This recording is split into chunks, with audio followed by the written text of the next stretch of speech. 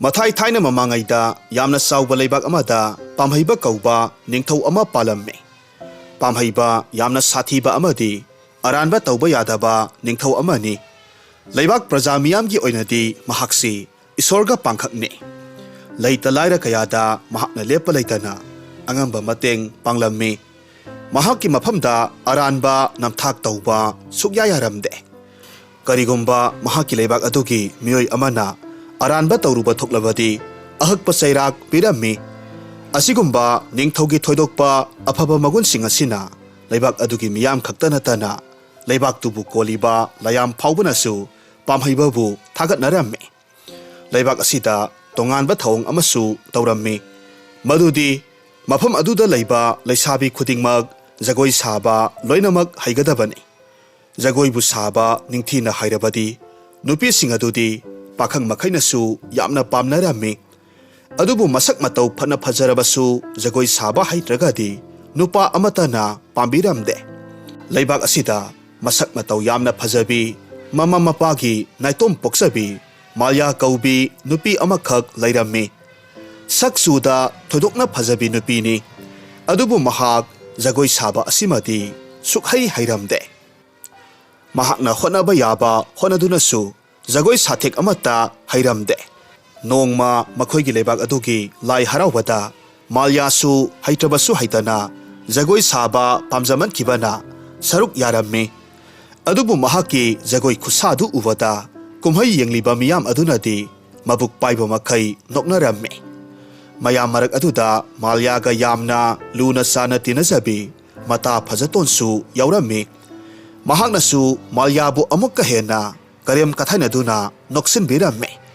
Maramasina malya mimang thoktuna jagoi sabada tasengna ikaiba phaurakpadagi haiboi haitaboy jagoi khara khara sajaramba adusu haujikti sakhidre.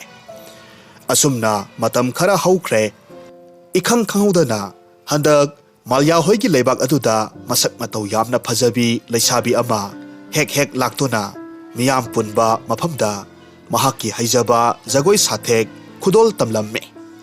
Nupidu masak matau asukki matik phajabata natte jagoi saba asukki matik hairammi. Malem asida mahakmuk phajabi mahakmuk jagoi saba haibi amata leiramloi haina miyamna hainaramme. Nupidu leibak adugi miyoi amatana kanano kadaidagi kari maramgi damak laklibano haibadi khanglamde. Makhoidi nupidugi phajaba jagoi aduda kumhai yengnaba khaktane. Aduga hena ngakliba wafam amana jagoi sabi nupidu tha tarukki matungdadi nongmatang malya hoigi leibak aduda jagoi saba laklamme. Malyasu jagoi yamna haijaningba leisabi ama oibana nupiduna makhoigi leibakta jagoi saba lakpa khudingi nupiduga wari sananaba honajarammi. Aduna mahakna nupiduki matung inaduna mahakna mayum hankibagi lambida mabusu jagoi tambiyu haina kayarak hainanaba honajaramme. Adubu mahakna adumna tauba khudingi karino maram ama natragana maram ama hekta ayetpa oiraktuna nupiduga wari sanabadi sukphang phanglamde. Tauriba maong matau asinasu malyagi thamoidadi nupidu taibang miyoiba ama oiramgani haibasi thajaraklamde. Nongmasu tha tarukki matungda jagoi sabi nupidu amuk hanna malya hoigi leibak aduda laklamme. Jagoi khudol tamlamme.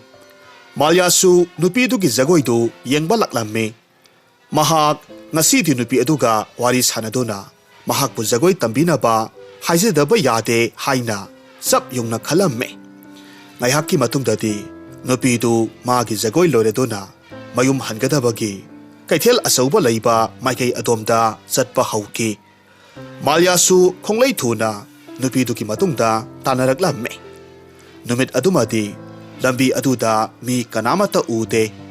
Masidagi malyana matang chap sare khanduna khongthang launa launa thangduna nupidu tanaramme. Adubu khanghaude kadomdagino khangdana ahal oirabi hanubi amana malyagi manak aduda tusilaklamme. Mahakna adumna tusilakpa aduda magi kokthakta haira kayamarum haptuna porakpa polangdu leimaida takhirammi. Haira singdu pungsai sai thokre. Malyana Khangboi Lakpoi Hairammi. Ima, Ibok, Sopro, Kamai Taurino. Se, ay Hugatpige. Ayoyo, Ibok Sune, Kamaina Taukribano, Kangaudre. Sumna Lakambadagi, Kongse, Laitik Kriban Hine. Oh, Ibok Hairam se, Loina Maksai Tokre, Ay Kunzilake. Asumna Haiduna, Malya, Hanubiduki Polangdu, Lokat Lammi, Saitok Laga Lairiba, Hairamayamdu, Kungat Pirame. Aduga Hanubi Aduda, Tangat Pirame. Masidagi Malyana, Ngasai, Jagoi Sabi Nupi Aduna, Satkiba Lambi Adomda, Amuk Yang Lamme. Adubu Lambi Adomda di, Kanamata, Laibo Uramde, Malyana, Ngasai, Nupi Dubu Tanarak Pumatamda, Lambi Asida, Kanamata Lakidabani, Haiba, Kangning Ningsing Laklamme. Aduga Matau Kamdauna, Hanubiduna Mahaki Manak Nakna Laktuna, Tusillaribano, Haibaki Wakalda, Malya, Masadu, Akiba Amadi, Pakatpana Tumatlamme. Aduga Tung Handuna, Hausik the Satkibi, Hanubidu, Amuk Yangba Kandadi, Hanubi Adusu, Lairamdre. Matau Aduda, Malya, Swai Laukiba Kanghode, Mahak, Tuna, Mayum Yonanaba, Selak Lamme. Hariba Numit Adudagi, Malyana, Jagoi Sabi Nupidu, Mi, Suknat Natte, Mahaktu, Laina Tragana, Tawai Amani Haina, Kalamme. Adubu Amuksu, Mahaki Tamoidadi, Nupiduna Kari Maram Gidamag, Makoigi Lebakta Laktona, Jagoi Saribano, Aduga Mahaki, Kari Karamba, Tawai Tragana, Kari Apamba Laiduna, Mahakna Adumna, Tauribano Haibagi Wakal Asida, Malya, Mitkup Amata, Potapam Kanglamde. Matam Karagi Matungda, Jagoi Sabi Nupidu, Amuksu, Makoigi Lebak Aduda, Jagoi Saba Laklammi. Ngasidi Malya, Matamoida, Kangningba, Langtak Nabana, Henman Kibana, Suksoi Swedana, Nupiduki Maramda, Kanglagi Haiduna, Kankre. Asumna Wakal Kanna, Nupiduki Jagoi, Yenglammi. Kumhai Yengliba Mayamdugi Maraktagi, Yamna Matung Huktaba, Ngoksinaba, Punsiba Amadi, Amuzau Kauba, Pakang Masa Ani Kaksu, Yaurame. Punsiba si, Hausik, Maiba Ama Oinanaba, Yamna Kanna, Mahi Tamliba, Pakang Amani, Aduga Amuzaudi, Isam Samba, Yu Yonba, Nupa Amane. Punsiba na Amuzauda, Hairame. Itaw, Aidi, Masigi Jagoi Sabi Nupise, Yamna Pame. Masak na Marolama Pazariba, Jagoi Sabana, Marolama Hairiba. As, Aidi, Pungaw Hek Ngaure. Ngasidi, Mana Ikoigi Lebak Asida, Lakling Asida, Mabunung si, Pami Haiduna, Hektamag Haihorage. Amuzaw na Komi, Ha, Kari Haiba, Ina Kulaba, Matik Saraba no Pakayana, Makoigi Nupi Oisaki Haibada, Yabirakta Nupi Asida, Kari Sulaitaba, Maiba Tamli Banagna, Nung si Pami Hairaga, Hektamag Yarakadro. Ah, Aigi Wadine. Kanada Vada, Kok Tadaba, the Honing Deco, Maduna Nang, Ikaiba Nang Zaniko.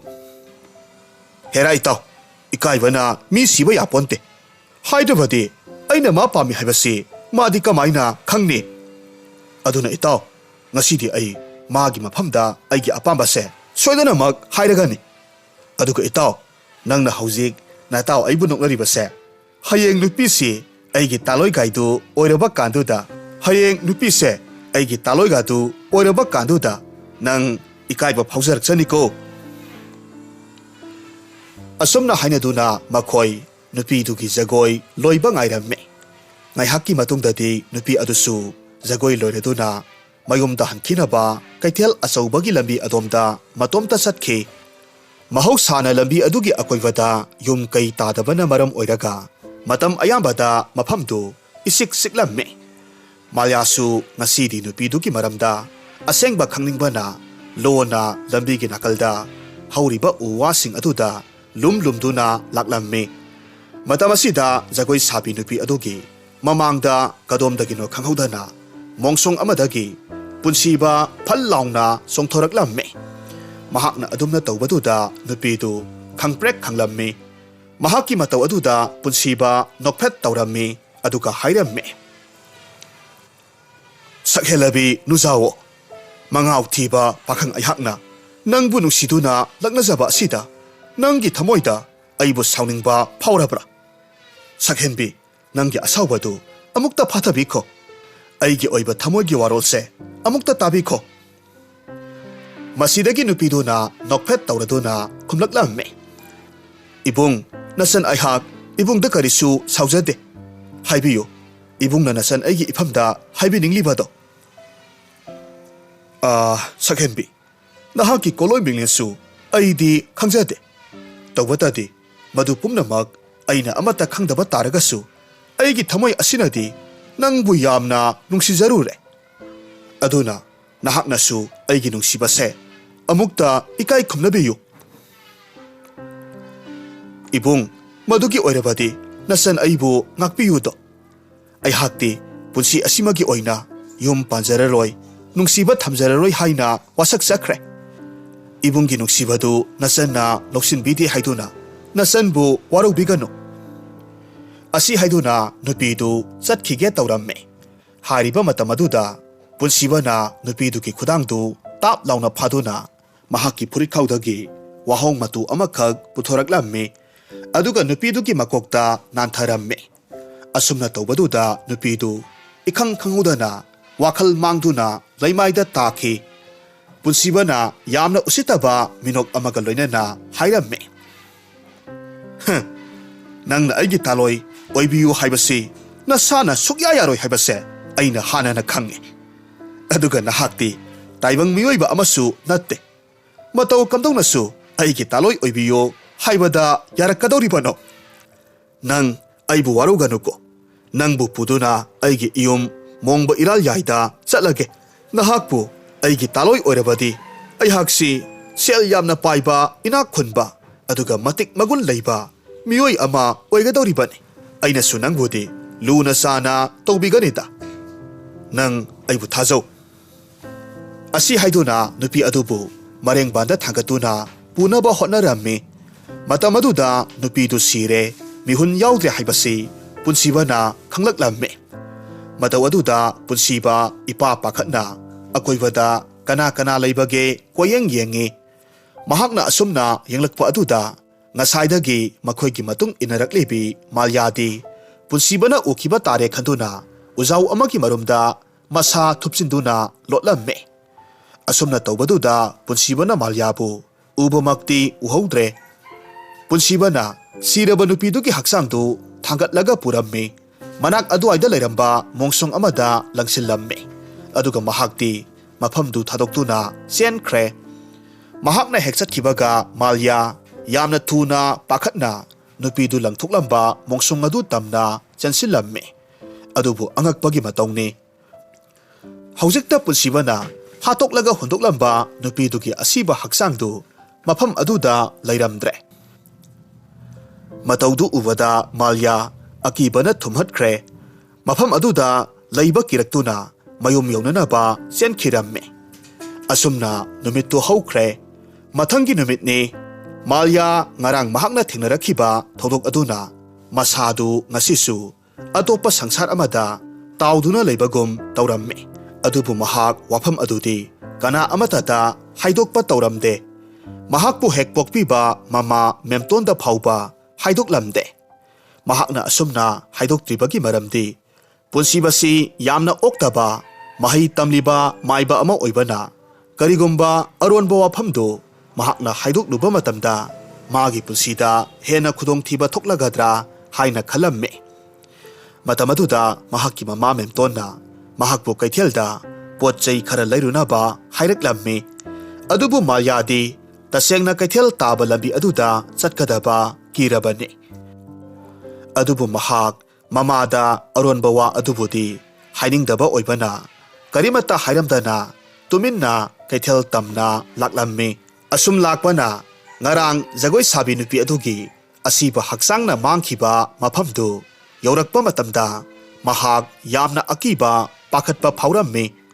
Adubu mahakki akiba singadu phathajaduna khongthang leptana thanglammi.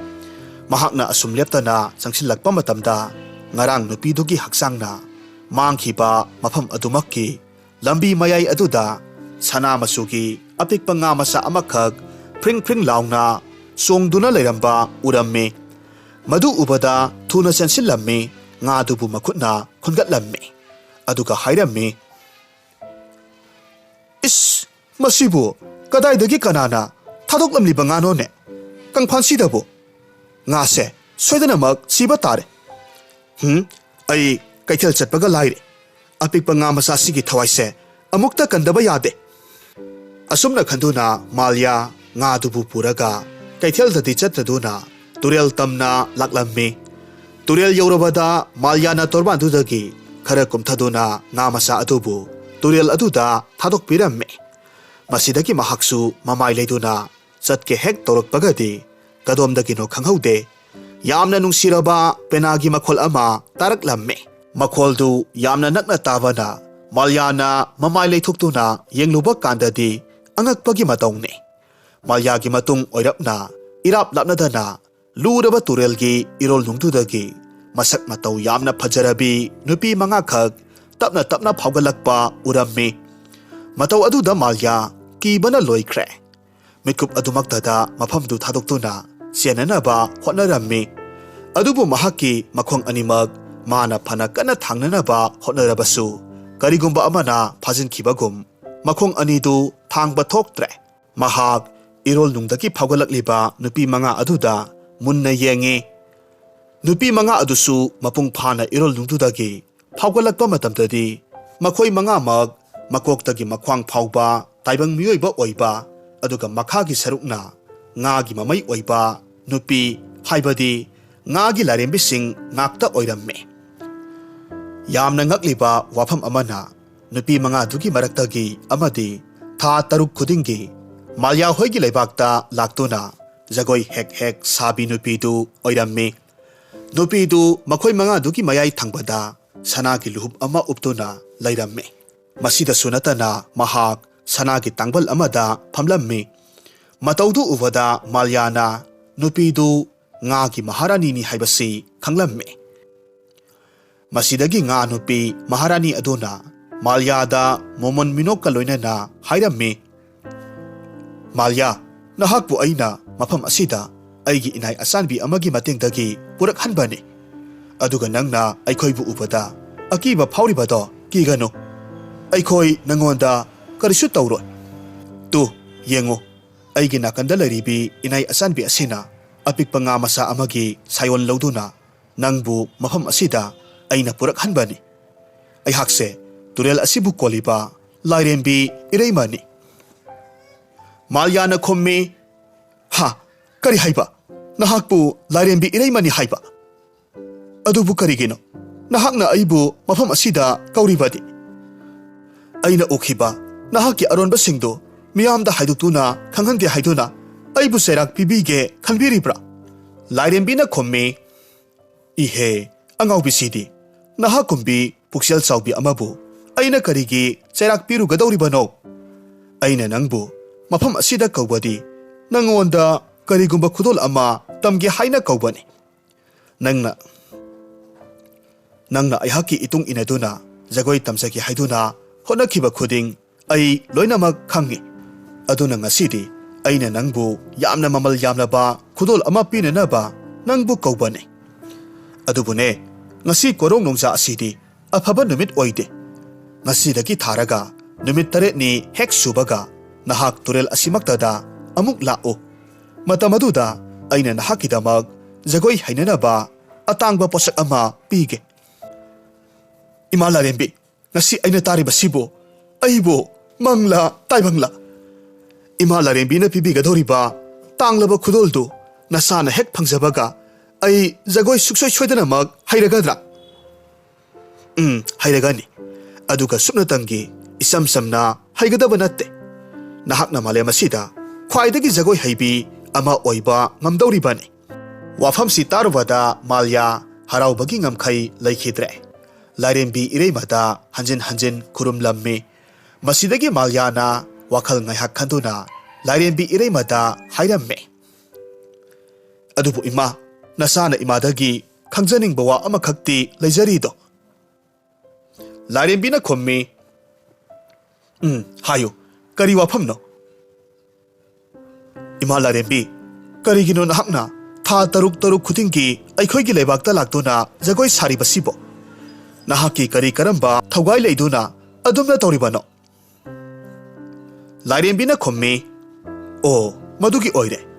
Malya, ai haige yengu. Nakhoigi leibak asigi ningthau pamhaibagi asumba satpa matau asida layam aikhoisu pungpen pele.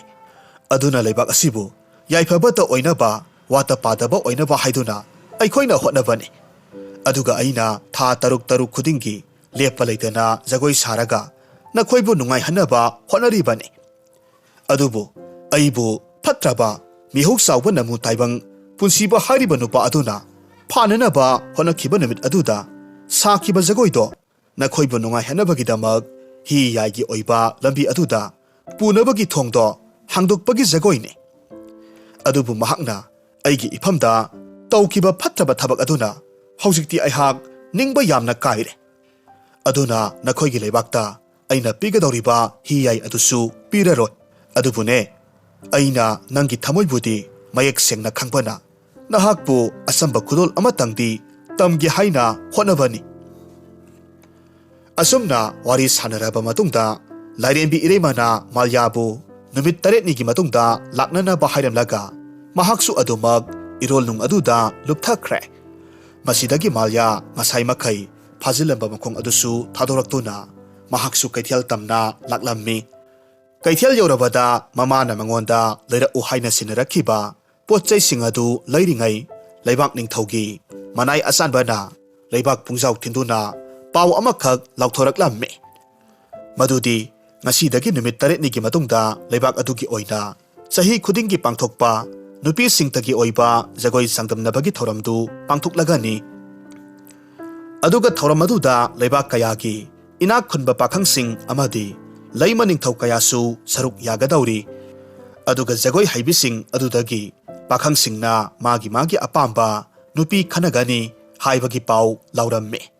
Pawsi tabada Malyadi haraubagi ngamkhai leikhidre.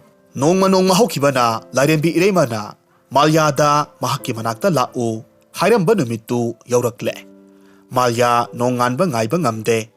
Ayuk yanda anganbada leibak miyam haugan adringai nganta haugatuna turel tamna laklamme. Mahakna asum lakpa matamda kanagumba amana mahakki matungda inarakpagum samin khara phangbadagi mamai leithoktuna yenglammi. Matamaduda mahakki matungda punsiba leptuna leirambada mahakti khangprek khanglamme. Punsibana tapna hairamme, "Malya, nangde ayuk anganbasida kadaida chatlibano?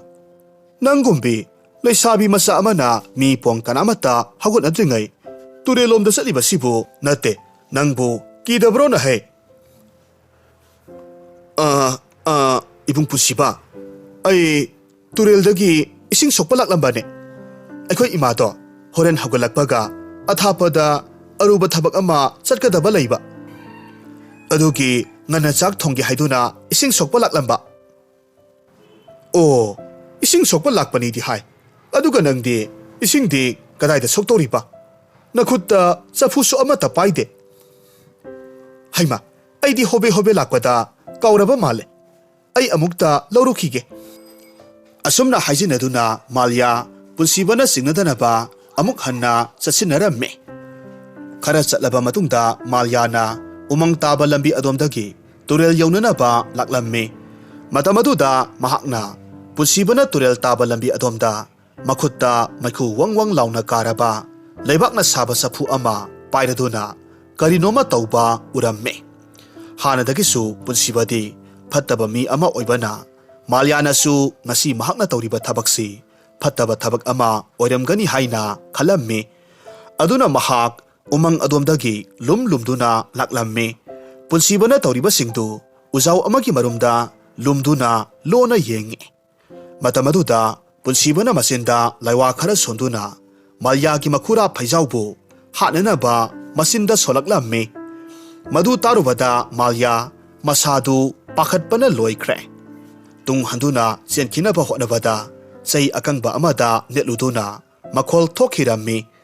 Punsibana mamai leithoraktuna yanglakpa matamdadi Malyana lumduna leirambadu uthokre.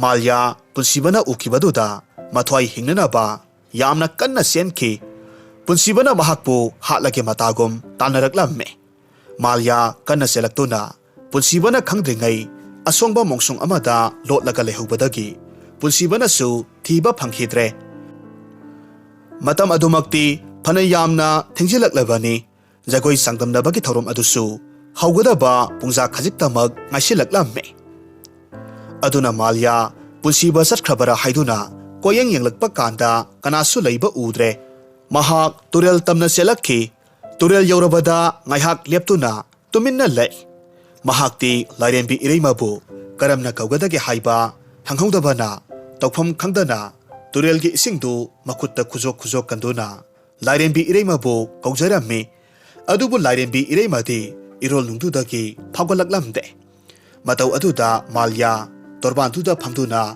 ꯀꯞꯄ ꯍꯧꯔꯛꯂꯝꯃꯤ꯫ ꯍꯥꯏꯔꯤꯕ ꯇꯟꯖꯥ ꯑꯁꯤꯃꯛꯇꯗ ꯀꯗꯣꯝꯗꯒꯤꯅꯣ ꯈꯪꯍꯧꯗꯦ ꯑꯍꯜ ꯑꯣꯏꯔꯕ ꯃꯈꯨꯠꯇ ꯂꯤꯔꯨꯡ ten ꯄꯥꯏꯕ ꯁꯥꯗꯥꯟꯕ ꯅꯨꯄꯥ ꯑꯃꯅ ꯃꯥꯜꯌꯥꯒꯤ ꯃꯅꯥꯛꯇ ꯆꯪꯁꯤꯜꯂꯛꯂꯝꯃꯤ꯫ ꯑꯗꯨꯒ ꯍꯥꯏꯔꯝꯃꯤ, "ꯏꯁꯨ ꯏꯕꯦꯝꯃ, ꯅꯪꯒꯤꯗꯨꯕꯨ ꯂꯥꯏꯔꯦꯝꯕꯤ ꯏꯔꯩꯃꯕꯨ ꯀꯧꯅꯤꯡꯂꯤꯕ꯭ꯔꯥꯅꯦ?" ꯃꯥꯜꯌꯥ ꯃꯄꯤ ꯇꯩꯊꯣꯛꯇꯨꯅ ꯍꯥꯏꯔꯝꯃꯤ, ꯍꯣꯏ꯫ ꯑꯗꯨꯕꯨ ꯏꯄꯨ, ꯃꯗꯨ ꯄꯨꯝꯅꯃꯛ ꯀꯝꯗꯧꯅ ꯈꯪꯕꯤꯔꯤꯕꯅꯣ? "ꯏꯁꯨ ꯏꯕꯦꯝꯃ, ꯅꯄꯨ ꯑꯩꯗꯤ ꯂꯣꯏꯅꯃꯛ ꯈꯪꯉꯤ꯫ ꯁꯦ ꯌꯦꯡꯉꯨ, ꯏꯄꯨ ꯋꯥ ꯍꯥꯏꯒꯦ꯫ ꯇꯨꯔꯦꯜꯁꯤꯒꯤ ꯇꯣꯔꯕꯥꯟꯗꯒꯤ ꯅꯨꯡꯗꯨꯝ 6ꯈꯛ ꯈꯨꯟꯒꯠꯂꯨ, ꯑꯗꯨꯒ ꯃꯗꯣ ꯇꯨꯔꯦꯜꯒꯤ ꯏꯔꯣꯜ ꯅꯨꯡꯁꯤꯗ ꯂꯪꯊꯈꯣ꯫ ꯃꯇꯝꯗꯨꯗ ꯂꯥꯏꯔꯦꯝꯕꯤ ꯏꯔꯩꯃꯗꯣ ꯁꯣꯏꯗꯅꯃꯛ ꯁꯥꯐꯣꯡꯂꯛꯀꯅꯤ." ꯑꯁꯨꯝꯅ ꯍꯥꯏꯔꯝꯗꯨꯅ ꯍꯅꯨꯕꯗꯨ ꯆꯠꯈ꯭ꯔꯦ꯫ ꯃꯥꯜꯌꯥ ꯍꯅꯨꯕ ꯑꯗꯨꯗ ꯈꯨꯔꯨꯝꯂꯝꯃꯤ꯫ ꯃꯇꯧ ꯑꯁꯨꯝꯅ ꯃꯍꯥꯛꯅ ꯍꯅꯨꯕꯗꯨꯅ ꯍꯥꯏꯔꯝꯕ ꯊꯕꯛ ꯈꯨꯗꯤꯡꯃꯛ ꯇꯧꯔꯕꯗ ꯂꯥꯏꯔꯦꯝꯕꯤ ꯏꯔꯩꯃ ꯏꯔꯣꯜ ꯅꯨꯡꯗꯨꯗꯒꯤ ꯐꯥꯎꯒꯠꯂꯛꯂꯝꯃꯤ꯫ ꯑꯗꯨꯒ ꯌꯥꯝꯅ ꯐꯖꯈ꯭ꯔꯕ ꯈ꯭ꯋꯥꯡꯆꯦꯠ ꯐꯤ ꯑꯃ ꯃꯥꯜꯌꯥꯗ ꯄꯤꯗꯨꯅ ꯍꯥꯏꯔꯛꯂꯝꯃꯤ, "ꯁꯦ, ꯃꯁꯤ ꯂꯧꯁꯤꯜꯂꯨ꯫ ꯃꯁꯤꯒꯤ ꯈ꯭ꯋꯥꯡꯆꯦꯠ ꯐꯤꯁꯦ ꯑꯆꯝꯕ ꯐꯤ ꯅꯠꯇꯦ꯫ ꯃꯁꯤꯅ ꯅꯍꯥꯛꯀꯤ ꯈ꯭ꯋꯥꯡꯗ ꯀꯤꯁꯤꯟꯗꯨꯅ ꯈ꯭ꯋꯥꯡꯆꯦꯠ ꯐꯤ ꯑꯣꯏꯅꯧ꯫ ꯑꯗꯨꯒ ꯐꯤ ꯑꯁꯤꯅ ꯅꯪꯒꯤ ꯈ꯭ꯋꯥꯡꯗ ꯈ꯭ꯋꯥꯡꯆꯦꯠ ꯑꯣꯏꯗꯨꯅ ꯂꯦꯡꯗꯅ ꯂꯩꯔꯤꯕ ꯃꯈꯩ ꯅꯍꯥꯛꯁꯨ ꯃꯥꯂꯦꯝ ꯑꯁꯤꯗ ꯖꯒꯣꯏ ꯈ꯭ꯋꯥꯏꯗꯒꯤ ꯍꯩꯕꯤ ꯅꯨꯄꯤ ꯑꯃ ꯑꯣꯏꯒꯗꯧꯔꯤꯕꯅꯤ꯫ ꯆꯠꯂꯣ, ꯉꯁꯤꯒꯤ ꯖꯒꯣꯏ ꯆꯥꯡꯗꯝꯅꯕꯗꯣ ꯍꯧꯈ꯭ꯔꯕꯅꯤ."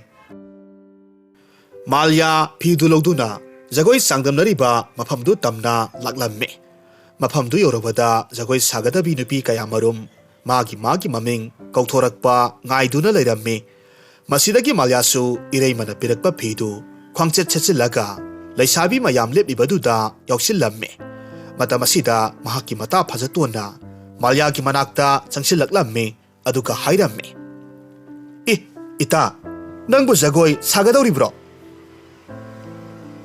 "ꯏꯇꯥ, ꯑꯩꯁꯨ ꯖꯒꯣꯏ ꯁꯥꯒꯗꯧꯔꯤꯕꯅꯤ."